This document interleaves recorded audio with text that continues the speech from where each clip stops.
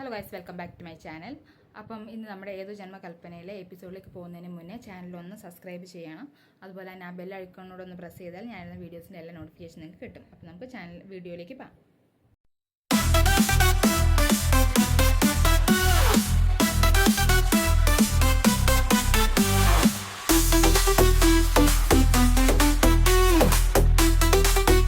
സ്റ്റാർട്ടിങ്ങിൽ തന്നെ കാണിക്കുന്നതെന്ന് വെച്ചാൽ അവരെല്ലാവരും കൂടെ ഫോട്ടോ എടുക്കാൻ കൂടി നിൽക്കുവാണ്. അപ്പോൾ അഞ്ജലി ഓൾറെഡി ലാസ്റ്റ് എപ്പിസോഡിൽ പറയുന്നുണ്ട്, കുഞ്ഞാ ഇന്നേലും നല്ലൊരു ദിവസമല്ലേ, അപ്പോൾ ഇന്നേലും ഒന്ന് ചിരിച്ച് നിൽക്ക്, നീ ഇങ്ങനെ മസിൽ പിടിച്ച് നിൽക്കാമെന്ന് പറഞ്ഞിട്ട് അങ്ങനെ അശ്വിൻ ചിരിക്കുകയാണ് ചെയ്യുന്നത്. അങ്ങനെ അവിടെ ഫോട്ടോഗ്രാഫി എല്ലാം കഴിഞ്ഞ് അവർ എന്തായാലും സംഗീതത്തിൻ്റെ കാര്യമൊക്കെ ഇങ്ങനെ സംസാരിച്ചുകൊണ്ടിരിക്കുമായിരുന്നു. ശ്രുതിയൊക്കെ വന്നില്ലെന്ന് ഇങ്ങനെ പറഞ്ഞുകൊണ്ടിരിക്കുമായിരുന്നു. അന്നേരം അശ്വിൻ പെട്ടെന്ന് എനിക്കോട് പറയും, ഇന്നത്തെ കോമ്പറ്റീഷൻ എന്തായാലും നിങ്ങൾക്ക് നല്ലപോലെ തന്നെ പെർഫോം ചെയ്യണം, അതുപോലെ നീ തന്നെ വിൻ ചെയ്യണം അങ്ങനെ പറയുമായിരുന്നു. അപ്പം അഞ്ജലി പെട്ടെന്ന് ചോദിക്കും, ഇത്ര നാളെ സംഗീതം വേണ്ടെന്ന് പറഞ്ഞ ആളാണോ ഇപ്പം ഇങ്ങനെ പറയുന്നതെന്ന്. എന്നിട്ട് എല്ലാവരും അങ്ങനെ അവിടെ നിൽക്കുകയാണ്. അശ്വിനും NKയും അതുപോലെ തന്നെ ശ്യാമും ശ്രുതി വരാത്തതിന് ഇങ്ങനെ ടെൻഷൻ അടിച്ച് ഇങ്ങനെ പുറകോട്ട് ഇങ്ങനെ നോക്കി ഇങ്ങനെ നിൽക്കുവാണ്.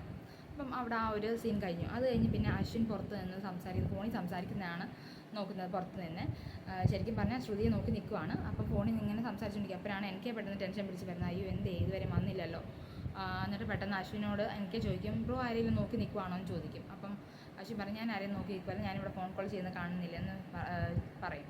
അപ്പം പെട്ടെന്ന് അശ്വിൻ ചോദിക്കും, എനിക്ക് ബ്രോ ആരെങ്കിലും നോക്കി നിൽക്കുകയാണ്. അങ്ങനെ പറയും, യെസ് ഓഫ് കോഴ്സ്, ഞാൻ ഭയങ്കര ടെൻസ്ഡാണ്, ഞാൻ ശ്രുതിയെ നോക്കി നിൽക്കുവാണ്. അപ്പം ശ്രുതിയെ കാണാനായിട്ടാണ് ഞാൻ ഇവിടെ വന്നിരിക്കുന്നത്. ശ്രുതി എന്താ ഇത്ര നേരമായിട്ട് വരാത്തതെന്ന്. അന്നേരം പെട്ടെന്ന് അശ്വിൻ പറയും, അവൾ ഈ കോമ്പറ്റീഷന് അവളിന്ന് വരാനൊന്നും പോകുന്നില്ല, ഈ കോമ്പറ്റീഷൻ എന്തായാലും അവൾ വിജയിക്കില്ലെന്ന് നമുക്കറിയാം, അപ്പോൾ അത് പേടിച്ച് അവൾ വീട്ടിൽ തന്നെ ഇരിക്കും, അവൾ എന്തായാലും ഒന്നും സംഗീതത്തിന് വരത്തില്ലെന്ന് പറയും.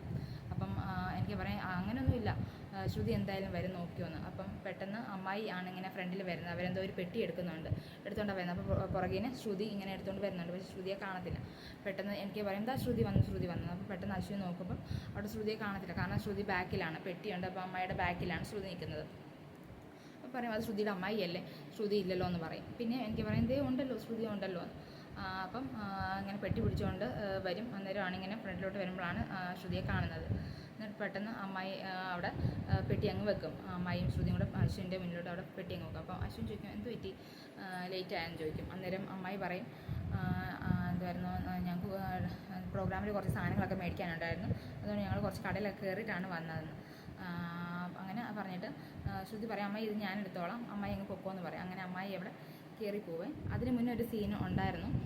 അവർ ഫോട്ടോ ഒക്കെ എടുത്തു കഴിഞ്ഞ് നമ്മുടെ പ്രീതിയും അമ്മയും കൂടെ എൻട്രി എടുക്കും. എന്തായാലും ചോദിക്കും, ഇവരെന്തെന്ന് പറയാം, അവർ പുറകിന് വരുന്നുണ്ടെന്ന് പറയുവേ. അത് കഴിഞ്ഞിട്ടാണ് പിന്നെ ഈ ശ്രുതിയുടെ അമ്മായിയുടെ ഇത് വരുന്നത്. അങ്ങനെ അമ്മായി കയറിപ്പോവും. അപ്പം ശ്രുതിയോട് അശ്വിൻ ചോദിക്കും, ഇതെന്ത് ഇതിൻ്റെ അതെന്ന് പറഞ്ഞ്, ഞങ്ങളുടെ പ്രോഗ്രാമിൻ്റെ സാധനങ്ങളല്ലവ, നമുക്ക് ജയിക്കാനുള്ള സാധനം ഇതിൻ്റെ അകത്തുണ്ടെന്ന് പറയും. അപ്പം അശ്വിൻ ഇങ്ങനെ പറയും, അപ്പം നീ രണ്ടും കൽപ്പിച്ചാണല്ലേ തോക്കാൻ, ശരി ആയിക്കോട്ടെ എന്ന് പറഞ്ഞാൽ അവിടെ അങ്ങനെ ഒരു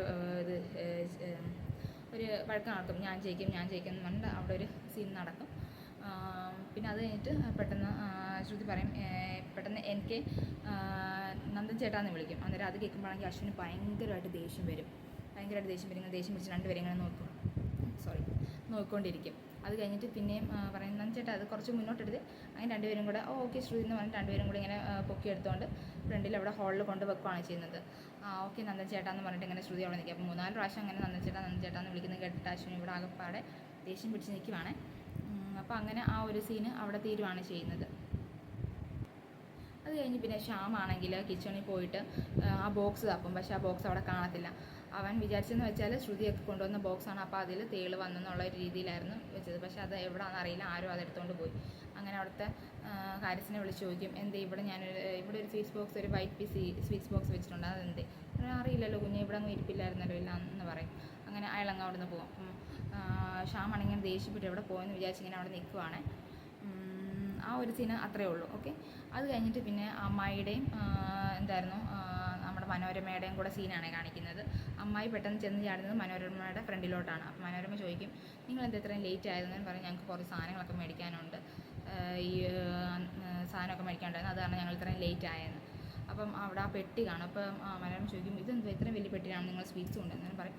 അല്ല, ഞങ്ങൾക്ക് പ്രോഗ്രാമിന് വിജയിക്കാനുള്ള ഒരു സാധനം ഇതിൻ്റെ അകത്തുണ്ട്, പെട്ടിയുണ്ടെന്ന് പറഞ്ഞിട്ടാണ് പുള്ളിക്കാരത്തി അവിടെ നിൽക്കും. എന്നിട്ട് പെട്ടെന്ന് കയറി പോകാൻ നോക്കും. അന്നേരം അവരോട് ചോദിക്കും, അമ്മായിയോട് മനോരമ ചോദിക്കും, ഇതെന്താ ഇതിൻ്റെ അതെന്ന് ചോദിക്കും. അന്നേരം അത് നിങ്ങൾ കണ്ടോ, ഞങ്ങൾ പ്രോഗ്രാമിന് സംഗീതത്തിന് ജയിച്ച് കഴിയുമ്പോൾ നിങ്ങൾക്ക് അറിയാൻ പറ്റും അതെന്തായിരുന്നു സാധനമാണെന്ന്.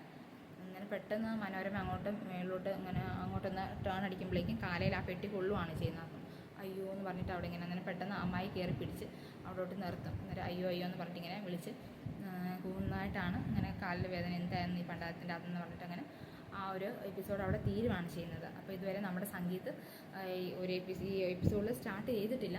നെക്സ്റ്റ് എപ്പിസോഡിൽ നമുക്ക് ഹോപ്പ് ചെയ്യാം ഇതിലും നല്ല നല്ല രംഗങ്ങളും പാട്ടും ഗാനങ്ങളും ഡാൻസും അതുപോലെ ശ്രുതിയും അശ്വിനോടുള്ള പെർഫോമൻസും എനിക്കയുടെ പെർഫോമൻസും ആകാശിൻ്റെയും പ്രീതിയുടെയും പെർഫോമൻസും എല്ലാവരുടെയും പെർഫോമൻസ് നമുക്ക് കാണാൻ പറ്റും അടുത്തുള്ള ഓരോ എപ്പിസോഡിലും. അപ്പോൾ എല്ലാവരും എന്നെപ്പോലെ തന്നെ വെയിറ്റിംഗ് ആണെന്നറിയാം. അപ്പം വെയിറ്റിംഗ് ആയിട്ടുള്ളവർ എല്ലാവരും തീർച്ചയായിട്ടും ചാനൽ സബ്സ്ക്രൈബ് ചെയ്യണം. ഈ വീഡിയോ ഇഷ്ടപ്പെട്ടെങ്കിൽ ലൈക്കും കമൻറ്റും ഷെയറും ചെയ്യാൻ മറക്കരുത്. അപ്പോൾ എൻ്റെ അടുത്ത വീഡിയോ കൊണ്ട് വരുന്നവരേക്ക് എല്ലാവർക്കും ടാറ്റാ ബൈ, ടേക്ക് കെയർ.